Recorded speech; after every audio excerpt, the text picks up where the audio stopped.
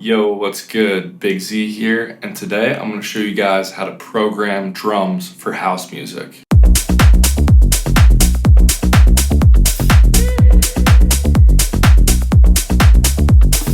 The main two things to focus on when you're working on drums for a house track is number one, layering, and number two, the groove. Layering is going to be used to help make your drums sound bigger and more full. Let me show you the main drums right here without the secondary layers I've added.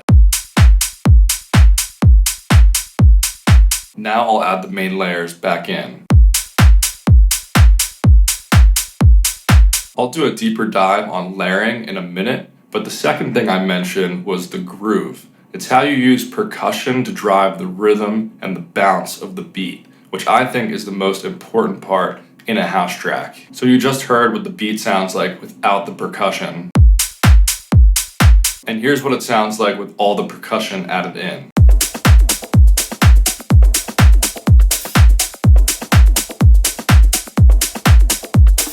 So I'm also going to be talking about later in the video how to use percussion to really drive that groove. So let's start from the beginning. I always start with the kick drum when I'm building a drum beat. And there are a couple different ways you can test out kick drums to use in your track. You can take a folder of some of your favorite kick samples, and then you can drag those over into a sampler in your DAW.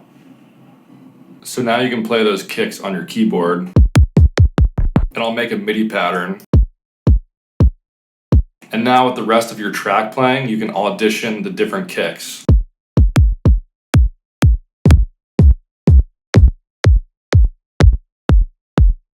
And you can use that method when you're testing out any type of sample, if you want to test out claps or hi-hats or whatever you want. But honestly, the way I like to do it is just audition samples over in the browser.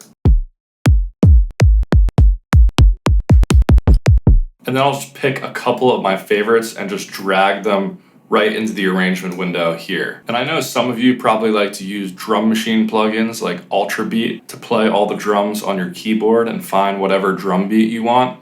But I like to individually drag things in because then I can add whatever processing I want on each channel strip, and I can mix everything a lot easier. So when I'm deciding on a kick, I always open an EQ and volume shaper. With the EQ, I can really check out the frequency spectrum of the kick, and I'll pay attention to the low end. So this one's peaking around 50 hertz, which is good, but anything below 30 to 40 hertz is probably too low for most stereo systems to pick up. But also if it's above like 80 hertz or something, then it's probably missing the power from the sub frequencies. So I try to keep that peak in the sub range in between like 40 to 70 hertz for the most power and impact. Then I'll use volume shaper to check the length of the kick. So if it's over an eighth note in length, which it's not in this case, but if it was, I would probably shorten it to around an eighth note to make room for the bass line. But this plugin is great because I can use multi-band volume shaping and I can affect the different bands. So for the low part of the kick, say I want to reduce this rumble.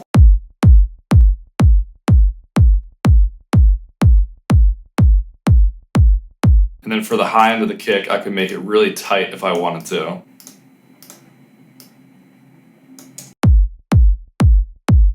So now that we have the kick, we have to start building the main drum beat, which would include the open hats and the clap. So for the clap, I found this sample that I liked a lot. But it wasn't sounding full enough, so I looked for another sample that I liked the attack of. And then I found a wider sample that filled up more of the stereo spectrum. So when you're layering, it's important to have a purpose for everything. So this attack layer, I just want the transient of to make the transient of the clap layer stronger. So I'm shaping that sound accordingly. That way, none of the tail from this sound interferes with my main clap.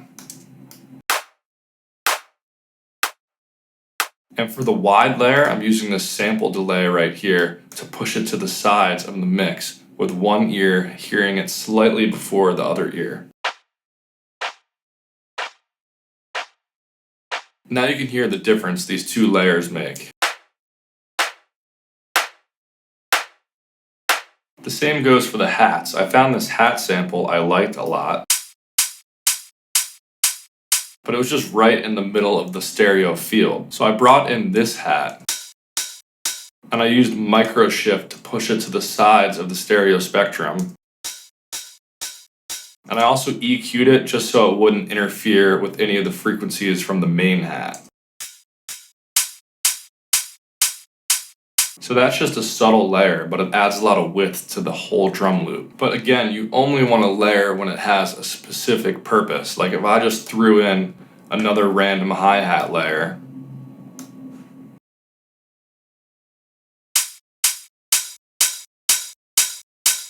it sounds like there's all sorts of phasing issues and it just sounds bad because there's no purpose for that extra hat to begin with. But say I wanted to add another hi-hat layer to add some energy in the second half of a drop. Now I can focus on finding something that's a little longer than my original hi-hat and doesn't clash with the same frequencies.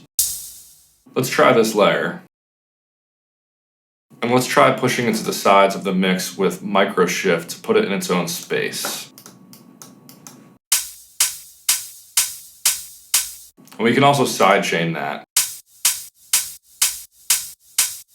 So the point of that was just to reiterate that you should always layer with a specific purpose in mind. And to beef up those hi-hats, I've added 2 shaker layers, one in the middle of the stereo field and one that's wider. So these just further emphasize the upbeat of those hats, which is so important for house music because you need that upbeat of the hats to keep the groove going. So without those extra layers for emphasis, now with them. Now we get to the percussion.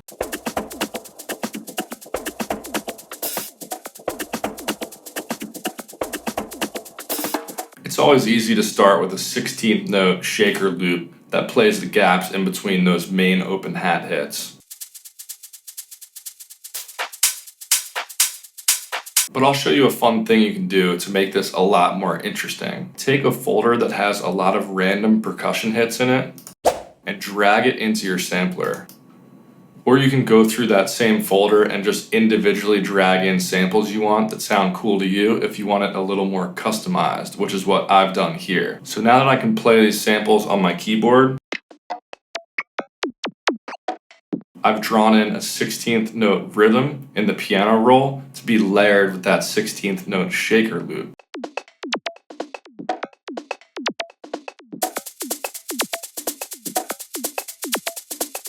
You also want to make sure the notes aren't all the same volumes and perfectly on the grid. In Logic, this is really easy. You just go to Functions, MIDI Transform, and Humanize, and it'll randomize the length of the notes, the placement of the notes on the grid, and the velocity of each note. That way, instead of having a pattern that looks like this, you'll have a pattern that looks more like this.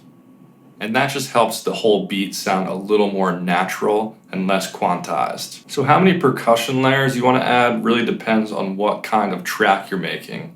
If your song has synth chords and a big lead melody and vocals in it, then there's not that much space in the mix for a bunch of percussion. It'll start getting too crowded. But if you're just making a house track like this that has a bass line and maybe some vocals, then there's a lot of room for the percussion in the mix. That's why I've added these layers down here.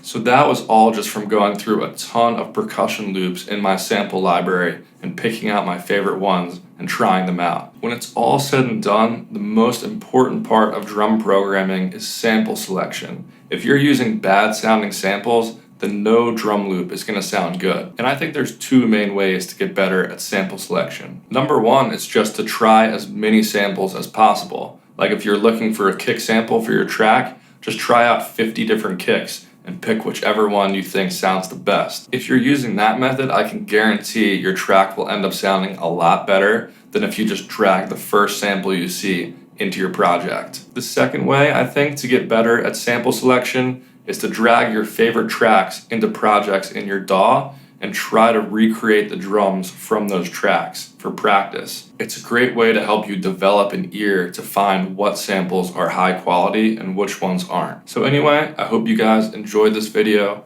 When you're creating drum loops, just make sure you pay attention to layering to make things sound bigger and more full, and also make sure to pay attention to the groove and really get your percussion dialed in. But other than that, I'll catch you guys next time. Peace.